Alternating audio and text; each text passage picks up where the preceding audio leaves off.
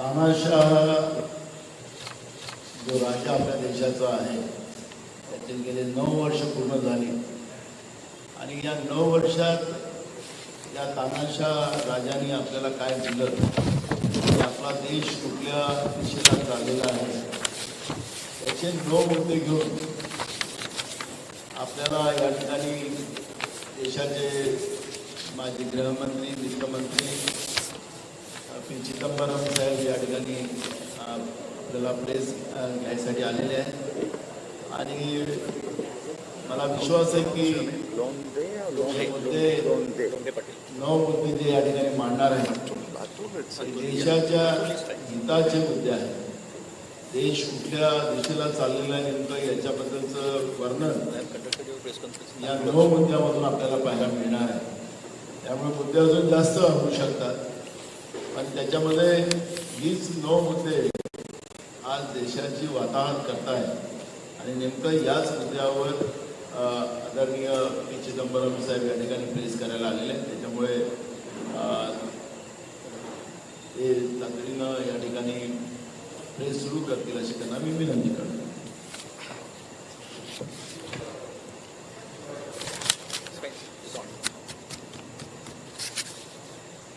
Good afternoon to all of you. PCC President Shri Nana Patoli, my friend Shri Atul Londe, office bearers of the Maharashtra Pradesh Congress Committee, Mumbai City Committee, friends. I have an opening statement. A copy has been distributed to you.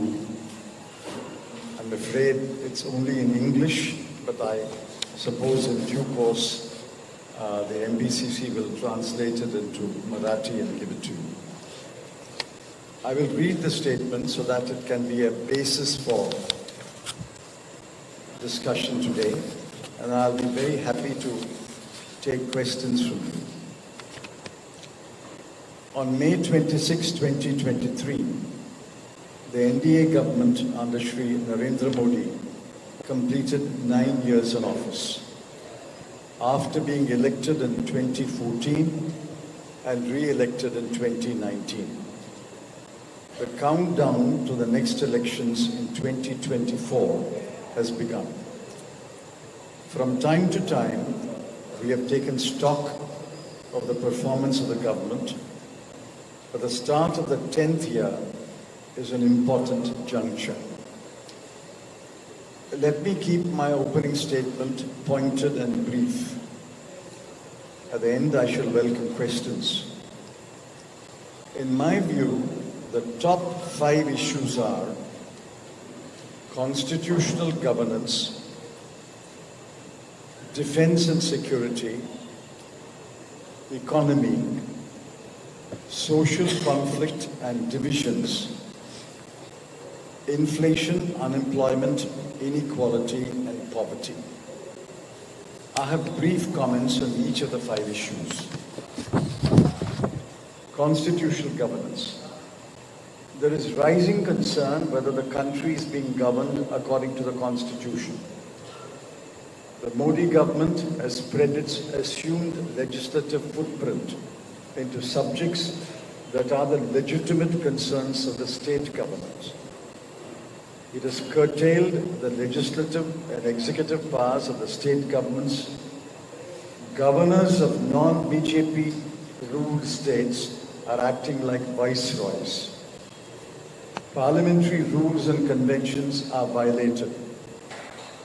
Debate in Parliament is becoming rare, and even calls for vote by division on important bills have been brushed aside. Legislation are pushed through without discussion and bypassing scrutiny by parliamentary standing committees.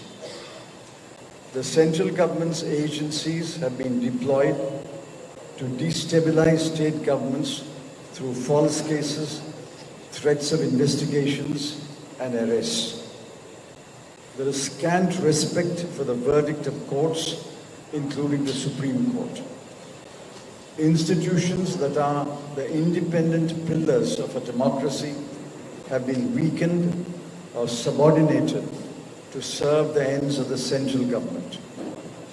While there is an appearance of a democracy, the tree of democracy has been hollowed out.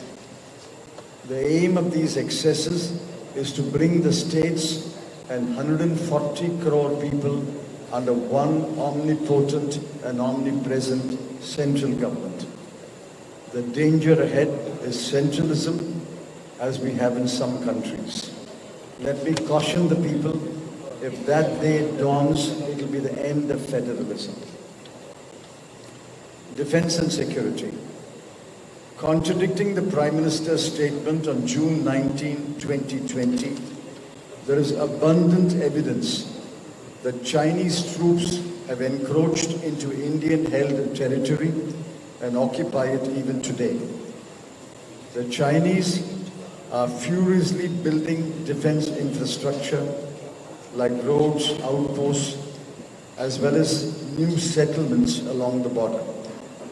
More Chinese troops have been positioned on the India-China border. The reach of Indian patrols has been curtailed since the clashes in the Galwan Valley in June 2020. It appears that China has not yielded an inch in the numerous rounds of talks at different levels. The initial demand of the Government of India to restore the status quo ante as on May 5, 2020 has been cast aside and forgotten. Besides, the China-Pakistan axis has become stronger and the security threat has spread to every part of our border in the west, north and east.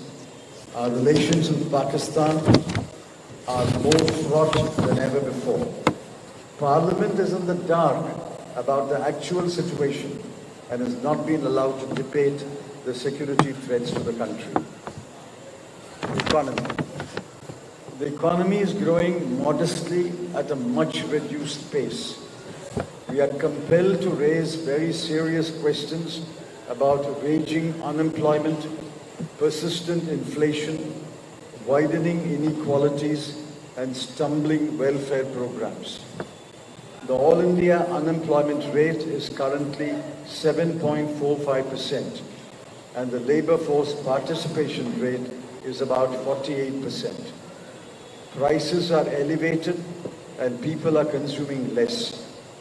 The thoughtless, some would say even foolish, introduction of the rupees 2000 note, which the people shunned, and the mortifying spectacle of withdrawing the note have cast doubt on the integrity and stability of India's currency.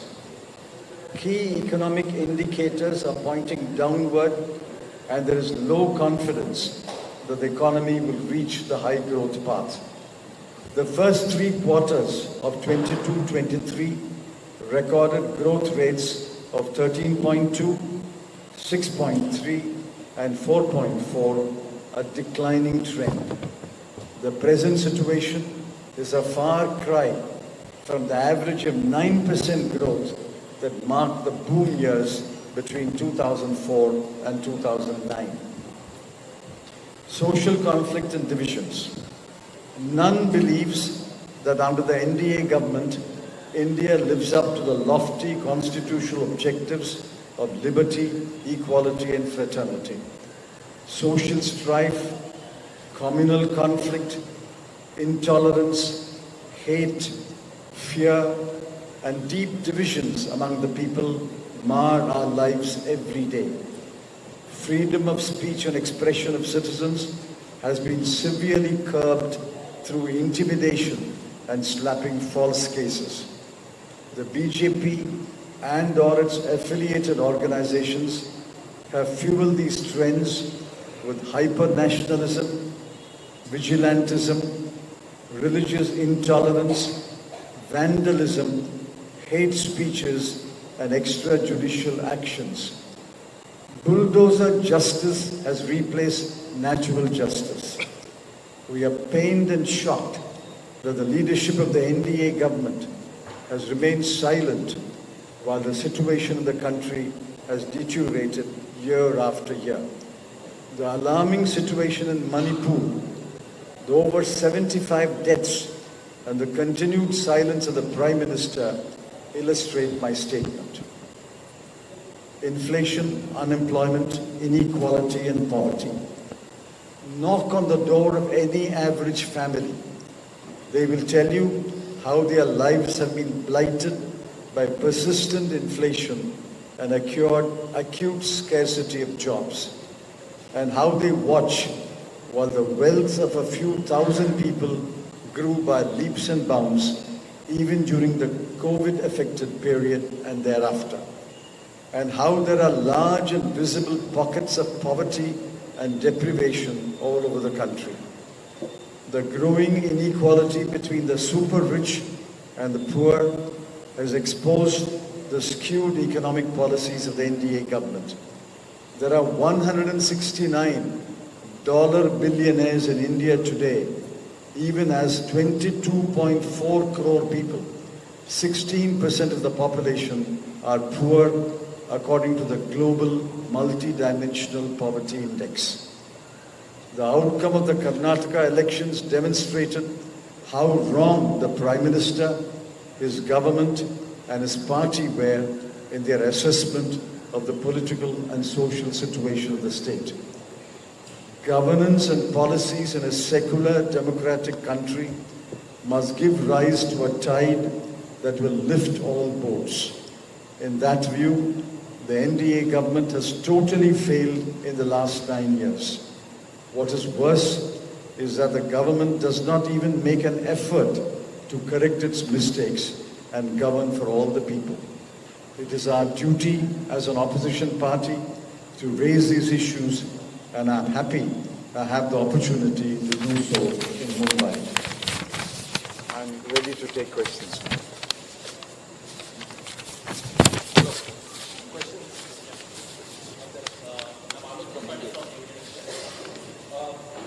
You mentioned about this 2000.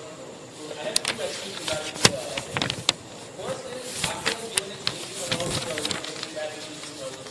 So as an opposition, do you agree with the RBI is reasoning, and if not, what is your opposition stand on this? And secondly, it is mentioned that it has cast doubt on the integrity and stability of India's currency. So how do you see global ramifications of this? We totally disagree with the RBI's explanation. RBI gave two reasons. The first reason was it was necessary to introduce the 2000 rupee note to meet the immediate requirements of the people. But within 15 days or 30 days of the 2000 rupee note, nobody was using the 2000 rupee note. No shopkeeper was accepting it. No service provider was accepting it. And in fact, if the bank cashier gave you 2000 rupee note, most people returned it and said, no, I don't want the 2000 rupee note, give me 100 rupee notes. So the people did not want 2000 rupee note, which is why 50% of the 2000 rupee notes remains in the vaults of the bank. It didn't even come to the people. People did not accept it. The second reason is even more amusing. The second reason is the shelf life of a 2000 rupee note is 4 to 5 years.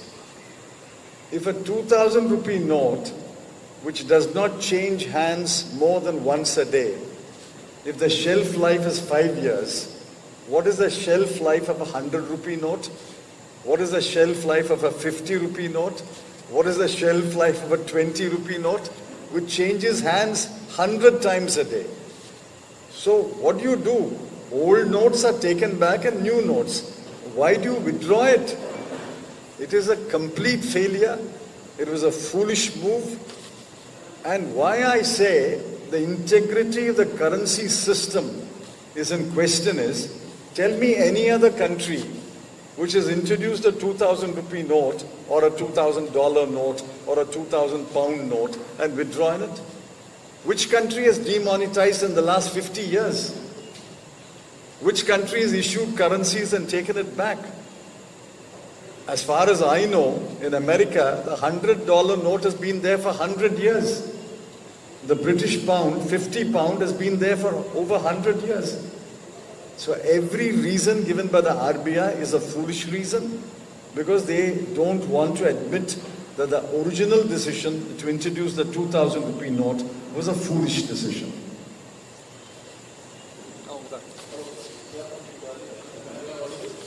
Yeah, go ahead. We'll come back to you. We'll come back to you. She's again talking about 5 million economic vacancies. So do you really think is it feasible, especially when unemployment? Unemployment today, all India rate today is 7.45%. Urban rate is higher. Urban rate is closer to 8%. In the age group 18 to 34, the unemployment rate is 25%. Now all this is data collected in the cities and towns. But if you go deeper into India, into the hinterland, into the remote villages, the unemployment is higher, because there is no other employment except agriculture. And if agriculture does not throw up jobs, agriculture does not give you a job 12 months a year. When there is no agriculture work, everybody in the village is unemployed. Therefore, this government has no plan to tackle unemployment. They promised, remember, 2 crore jobs a day. And at one point the Prime Minister said even pakora flying is a job. So from 2 crore jobs he came down to pakora making. This government has no plan to tackle unemployment, and it has failed, and it will continue to fail in the 10th year.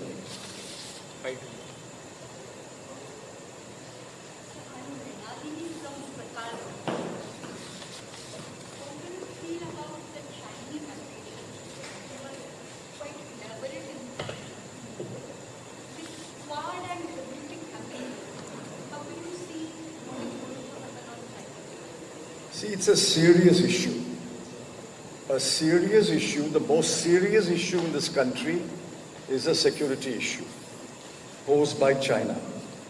But believe me, for 3 years, we have not been allowed to debate it in Parliament.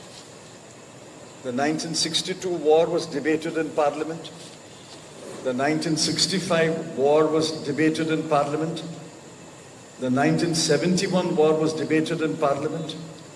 This is the first security threat which has not been debated in Parliament, because the government does not allow a debate at all. The worst thing happened was when the Prime Minister made a statement on June 19, 2020. I will quote the statement. There are no foreign troops in Indian territory, and no part of Indian territory is occupied by foreign troops. Every day newspapers publish satellite pictures. Chinese are on our side and on their side. They are building fortifications. They are building helipads, airports, settlements, barracks. They are amassing troops. And our patrols, there was a paper presented in a conference in Delhi about 3 months ago. A senior police officer presented a paper which was on the website of the Government of India, but it was pulled out the next day. What did the paper say? That we are no longer patrolling 16 to 20 areas which were used to be patrolling. It's a serious issue. Remember, Prime Minister does not even utter the word China. He doesn't even mention the word China. And look at the earlier statements of Prime Minister and the earlier statements of Mr. Jaishankar. Mr. Jaishankar talks about disengagement and withdrawal. But if the Prime Minister is right that no Chinese troops are in Indian territory, what is the disengagement and withdrawal? What are you withdrawing from? There are no Chinese troops according to the Prime Minister. So let the Prime Minister and the External Affairs Minister first have a public conversation on television. It is a serious issue. We are extremely unhappy that Parliament has not debated the security situation in 3 years. So even in that case, the analysis says that issue should be taken to the people. Even if it is the most biggest issue in the country. See, we must debate it in Parliament first. That is the place to debate it. We can't debate security issues in street corner meetings. We can eventually take it at the election time. But we must debate it in Parliament. There must be 4 hours, 5 hours, 6 hours of debate. Every party must be allowed to ask questions and the government must answer. We are not allowed to. That is the problem, which is why I'm raising this today. Of the top 5 issues in my view, security is one of the 5 issues.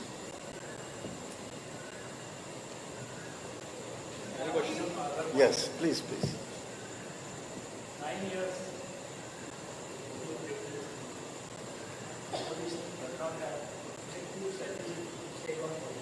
You are having so many issues. He is not bothered who is Chidambara. He is not bothered who is Chidambara. So what is your new strategy? He is not attending Parliament. You are willing to get out this full page statement. It will be printed in all newspapers tomorrow. That is your power. But he is not taking your cognizance. What is your strategy? How you will take on money? So the Prime Minister has scant respect for Parliament. He does not intervene in any... What do you want us to stand there? The only thing we can do is to take it to the people. Raise the issue before the people and at the election time ask them to vote.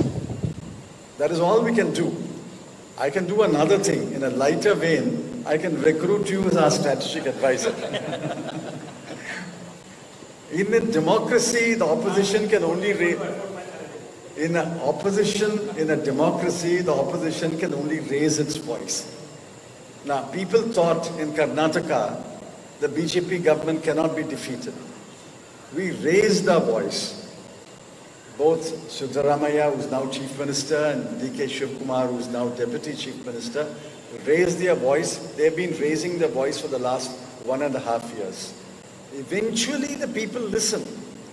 I agree with you entirely. The people did not listen to us in 2019. But we are hoping that if we continue to raise our voice, people will listen to us in 2024. That's the only way to bring about change in a democracy. There's no other way. What do you feel about... Just a minute. Let's give a round and then we'll come back. No problem. Yes. In your opening statement, you made a remark on the role of governors in the attack on the federal structure. We have seen a Supreme Court judgment wherein in Delhi versus the LG, there was a Supreme Court clear judgment. And on the other side, now the government has issued an ordinance contradicting the same. So, sir, a clear stand of Congress party, whether it will be in for against the ordinance, supporting Mr. Kejriwal, or the other way around? See, that is a question I cannot answer. That is a question which the Congress leadership has to answer. It is not a question of supporting Kejriwal or not supporting Kejriwal. Irrespective of who is the Chief Minister of Delhi, who is the Home Minister of India, irrespective of that, the question I'm raising is it correct, given Article 239AA, is it correct that despite 2 judgments of the Supreme Court, the power should be in the LG's hands? Supreme Court in both judgments, 2018 and 2023, said in all subjects except 3 subjects, the power is with the Council of Ministers. Despite the 2 judgments, they have now put power in the hands of the LG. Whether it is legal or not, I have a view and the matter will go to the Supreme Court. On this issue, I am very clear that the ordinance is wrong, the ordinance is bad. But whether actually what stand the Congress party will take when the ordinance comes up in Parliament, I cannot answer. It's only Mr. Kharge and the leadership can answer. Thank you so much. Yeah, finished now. Yes. Supreme court ने अपने judgement में ही कहा है कि इस तरह का ordinance सरकार ला सकती है। अगर उनको लगता है कि फैसला ठीक नहीं है तो ऑर्डिनेंस लाकर कानून बना सकती है। तो फिर आप कह रहे हैं कि ये ऑर्डिनेंस गलत है, तो किस आधार पर आता है? See, I don't want to get into legal intricacies because many people will not understand it, and I am not the last word. Please remember, Article 239AA is a part of the Constitution. What they have amended is the GNCT Act. You can amend the Act and it may pass, may not pass. But whether an Act can take away what Article 239AA, the answer is no.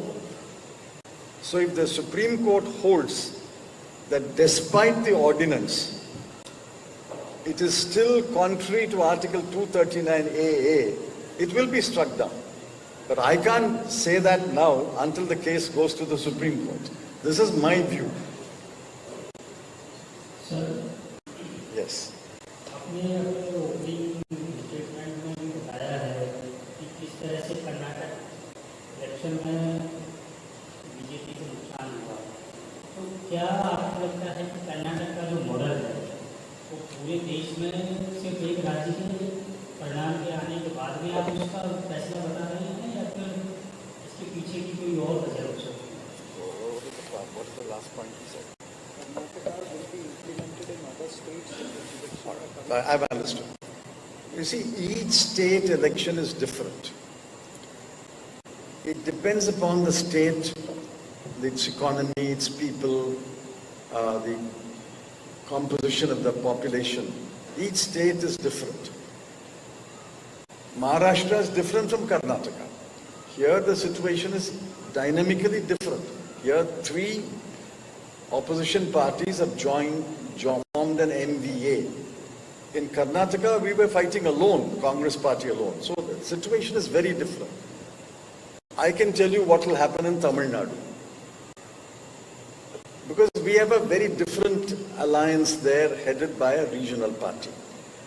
Therefore, there is no such thing as a Karnataka model. But where the Congress party is the biggest party and is the fighting an election practically all alone with some support, I think the Karnataka example is a good example. We can repeat the Karnataka model of election in Madhya Pradesh, in Rajasthan, in Chhattisgarh, where we are the biggest opposition party to the BJP and we are strong enough to fight on our own with support of the local party. So the Karnataka model can indeed be followed, in my view, in Rajasthan, Madhya Pradesh and Chhattisgarh and some other states. Lok Sabha election को लेकर क्या strategy है, क्या Congress strategy है या वहाँ भी जैसे एमपी महाराष्ट्र में है वहाँ?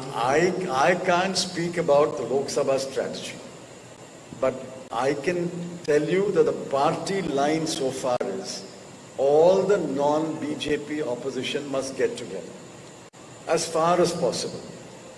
In my view, if the non-BJP opposition parties get together, it is possible that in 450 seats, we can field one common candidate against the BJP.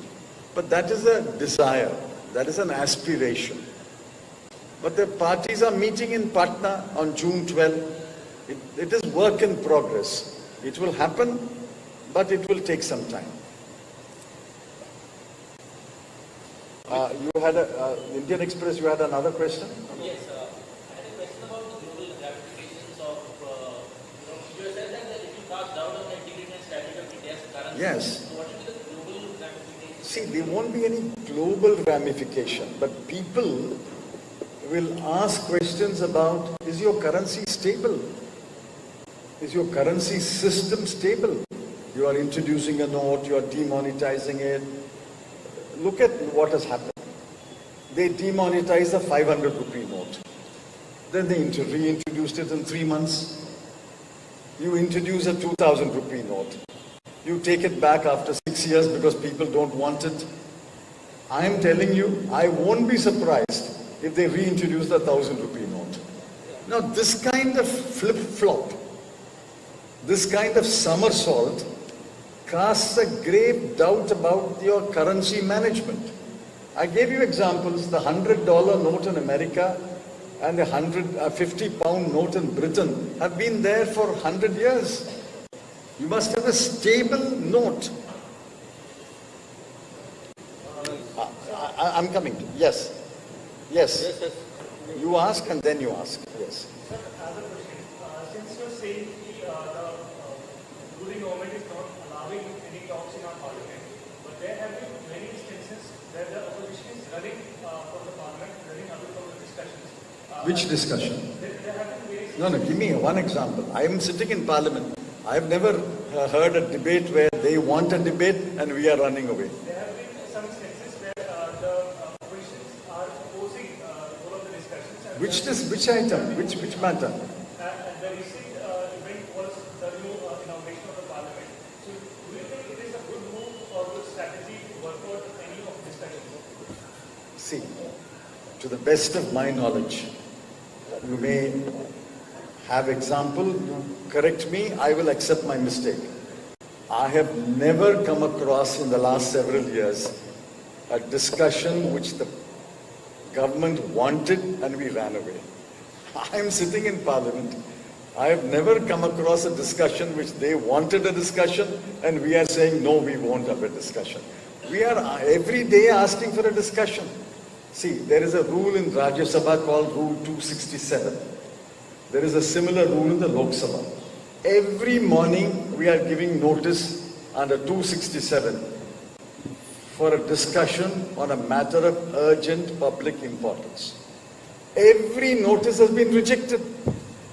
So which discussion are we run away from?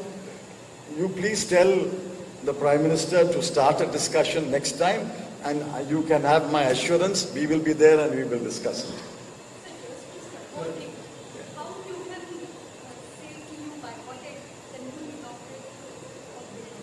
This is, I'll answer. This is a decision, we are not disrespecting Parliament. Actually, we have great respect for Parliament. We participate in debates. We ask questions. We issue notices for discussion. But what is happening, what happened yesterday was inaugurating the new Parliament House. It's not the beginning of Parliament. It is the inauguration of a building of Parliament. Article 79 says, Parliament shall consist of the President and 2 houses of Parliament by name, Council of States and House of the People. It starts by saying Parliament shall consist of the President. So the President is part of Parliament. Why is the President not invited? I mean, there has been no answer to this question. If Article 79 says Parliament shall consist of the President and 2 houses, if the members of the 2 houses are invited, why is the President not invited? That is the objection on which 20 opposition parties boycotted the inauguration. We are not happy about the boycott, but we are forced to boycott because the President was not invited in the light of the language of Article 79. Sir, you raised an important point when it comes to, Prime Minister has maintained silence on many number of issues. One is now more than 75 deaths, Manipur is burning. And also we've seen yesterday on one side Parliament was inaugurated and in the evening our wrestlers who have won Olympic medals were crushed by the Delhi police. I With such kind of law and order deteriorating, how is Congress reacting to that and any steps forward in this regards? No, we have reacted. I tweeted yesterday. It's very sad and shocking that 75 people have been killed in Manipur clashes and the Prime Minister has not made a statement. The Prime Minister was busy campaigning in Karnataka. The Prime Minister was visiting Japan and Australia, but he could not go to Manipur. And the Home Minister is going to Manipur. 75 people have been killed in clashes. And this morning we read the statement, 40 militants have been killed by the security forces. Now this is a grave crisis in Manipur. Should not the Home Minister have rushed to Manipur? Should not the Prime Minister made a visit to the capital and met with the political party leaders? Even today, the Prime Minister has not made a single statement. It is shocking. We are raising this issue. Parties have raised the issue. I have raised the issue. And the wrestlers. Wrestlers is even equally shocking. 30 days they are struggling. No minister goes and meets them. No minister invites them for talks. What are they asking? They are asking that there are serious allegations against one person. I don't know whether it's right or wrong. I can't decide. Every man is presumed innocent until proved guilty. They have made allegations. They had to go to court. Court directed FIR to be registered. After that, the police registered 2 FIRs. But nobody has been arrested. That is their complaint. All right, send a minister, send a team of ministers and talk to them to find a way out. Instead of that, you ignore them like you ignored the farmers. The government ignored the farmers. Ultimately, it had to withdraw the farm bills. And when the wrestlers win medals, ministers go to the airport to receive them with garlands. So this is shocking. For the sake of one MP, he may be right, he may be wrong. I'm not commenting on that. But for the sake of one MP, why are you allowing our medal-winning wrestlers to go on dharna for 30 days? And why are you using such force against them, physical force? In fact, the policemen were acting like wrestlers. It's sad and shocking. Okay. Yes. How the opposition can unite? Are you hopeful? And second one is, Madam, I'm always hopeful. I'm always hopeful. It's hope which sustains life, personal life as well as public life. I think the opposition is, as every day passes, is beginning to realize more and more that it is absolutely necessary to unite and put up a united opposition to the BJP.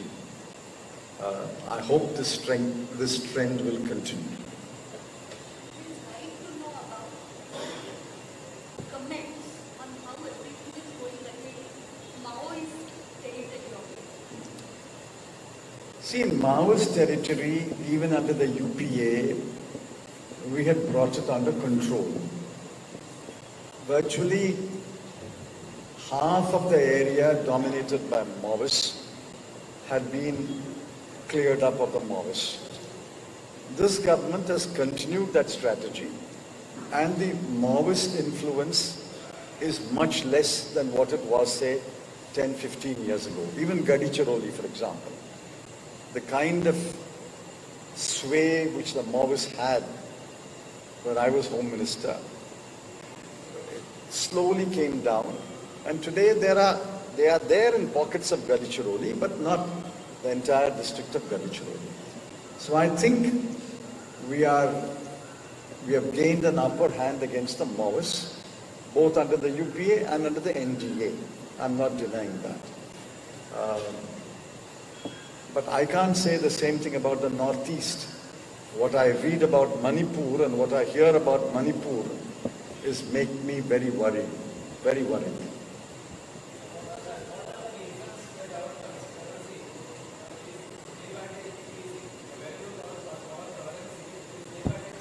No, the value of the currency will decrease only if because of inflation. Inflation is a separate subject. What I'm saying is, a currency must be stable. You cannot issue a currency, take it back, demonetize, remonetize. We were learning a new word, demonetization. Then we were asked to learn a new word, remonetization. What is all this? Where has it happened in any major country? Has it happened in any of the major economies of the world? We call ourselves the fourth largest economy of the world.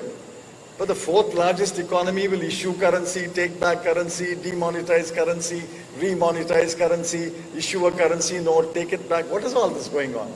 This is not the way to manage currency. No, this has no impact on the value of the rupee. Inflation will have an impact on the value of the rupee.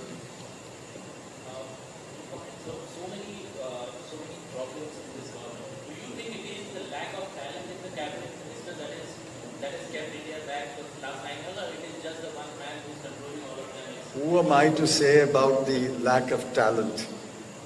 I don't even know who the many ministers are. There's only one person.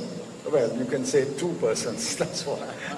How do I say about the talent of the government? Nobody has any power, nobody has any authority. Sometimes Mr. Gadkari from your state speaks up. But he pops up once in a month or so. But otherwise, I don't even know which minister is taking which decision. This is mostly Nagpur orders. आपको लगता है कि गडकरी जिस हिसाब से कहते हैं बीच में तो उस पर भी काफी चुनाव हो सकता है काम अमित शाह और मोदी का जिस तरह से काम रहा है उसको देखते हुए What is he saying? He's talking about Gadkari has been sidelined and I mean, at least he speaks up once a month. Yes.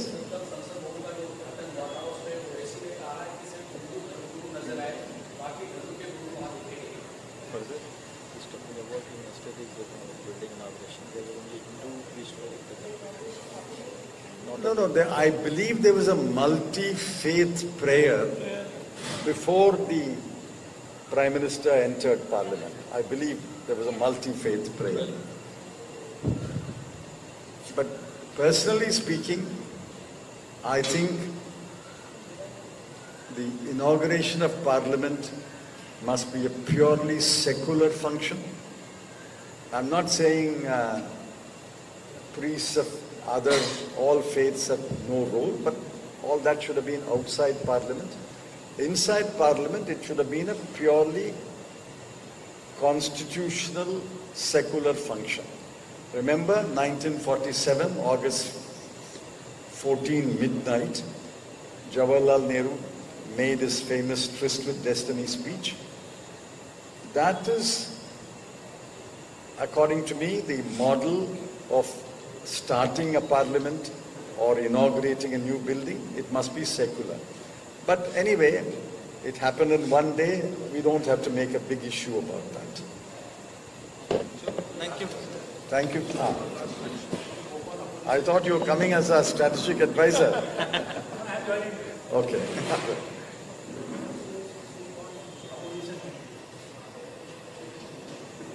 Yes.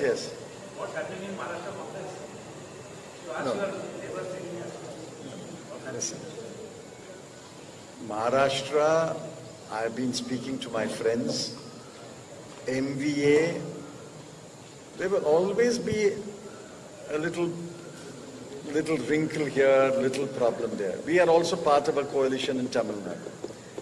But believe me, MVA will fight the next elections unitedly. And what I gather from Maharashtra, MVA will win the next assembly election and will win the majority of seats in the Lok Sabha election. I'm going to come back after the election and you will sit in that chair, I will sit in that chair and we will talk about it. Thank you. Thank you.